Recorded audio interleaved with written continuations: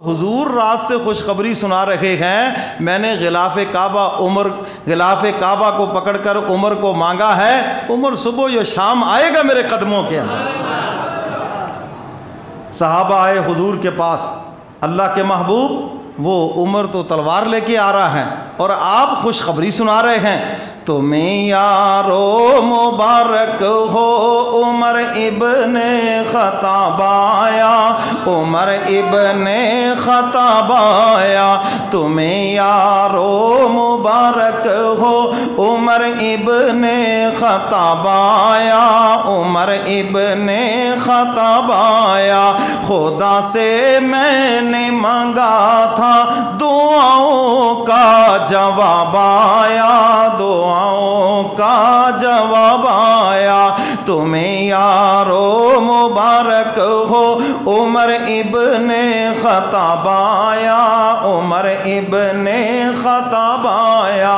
صحابہ عرض کرتے ہیں کملی والے پیغمبر آپ تو عمر کے آنے کی خوشخبری سنا رہے ہیں اور سامنے منظر عجیب ہے، آنکھیں جھٹلا رہی ہیں، عمر کے ہاتھوں میں تو ننگی تلوار ہے، بہن بھی زخمی ہے، بہنوئی بھی زخمی ہے، اور آپ کا جرنیل سید الشہداء سیدنا امیر حمزہ رضی اللہ تعالیٰ عنہ وہ عمر کے رستے میں دیوار بن کے کھڑے ہیں اور یہ اعلان کر رہے ہیں آج اگر عمر اچھے ارادے سے آئے گا ہم عمر کا استقبال کریں گے، اور اگر عمر برے ارادے سے آئے گا ہمارے کملی والے پیغمبر کو شہید کرنے کے ارادے سے آئے گا تو پھر تلوار بھی عمر کی ہوگی، گردن بھی عمر کی ہوگی۔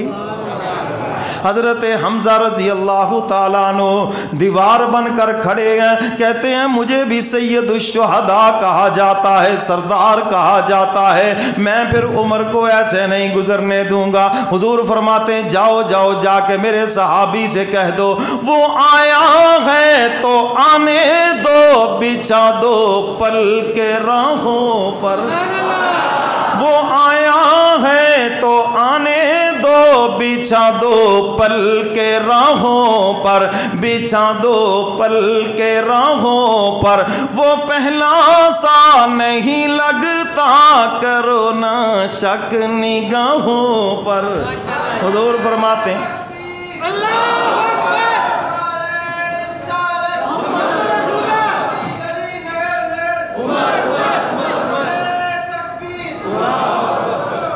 اللہ اکبر۔ چاچا سعید آج یاد آ گیا ہے، مجھے باہر سے ایک دن فون ہے، کہتے جی وہ نعرے لگانے والا بابا کدھر گیا؟ میں نے کہا وہ اگلے جہان چلا گیا ہے، اللہ ان کی بخشے فرمائے، بڑا ایمانی قوت سے وہ نعرہ لگاتا تھا ہے تمہیں یارو مبارک ہو عمر ابن خطاب آیا، عمر ابن خطاب۔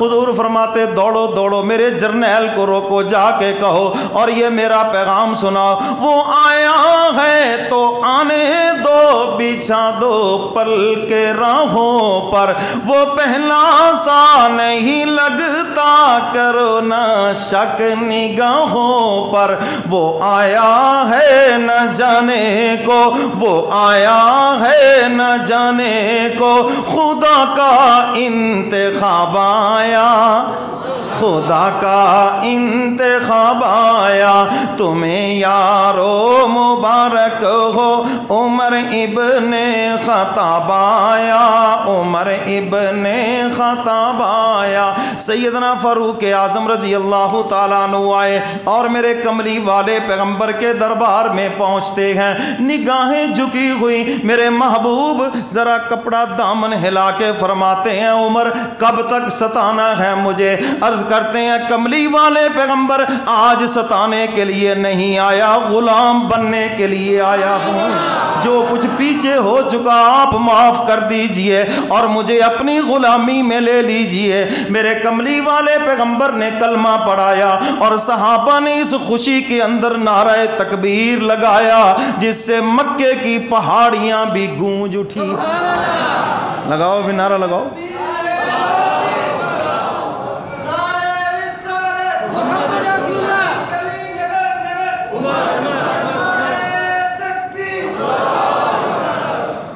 سیدنا فاروق اعظم رضی اللہ تعالیٰ عنہ مسلمان ہو گئے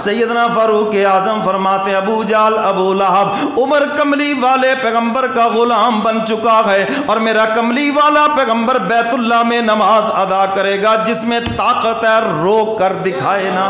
فرمایا جس نے بچوں کو یتیم کرانا ہو بیوی کو بیوہ کرانا ہو آئے پھر آ کر عمر کا مقابلہ کرے.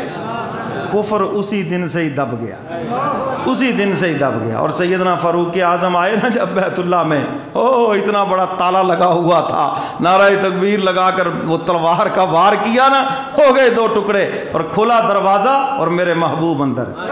کہہ دو سبحان اللہ. صحابہ بھی ساتھ, میرے کملی والے پیغمبر نے نماز پڑھائی, جماعت ہو گئی, امام پیچھے کی طرف رخ کر کے بیٹھتا ہے. میرے محبوب نے پیچھے دیکھا تو سامنے سیدنا فاروق اعظم بیٹھے ہیں. حضور نے جو بات فرمائی شاعر اس کو اپنے لفظوں میں بیان کرتا ہے. خدا کے دین کے گلشن میں بن کر تو بہار آیا, خدا کے دین کے گلشن میں بن کر تو بہار آیا.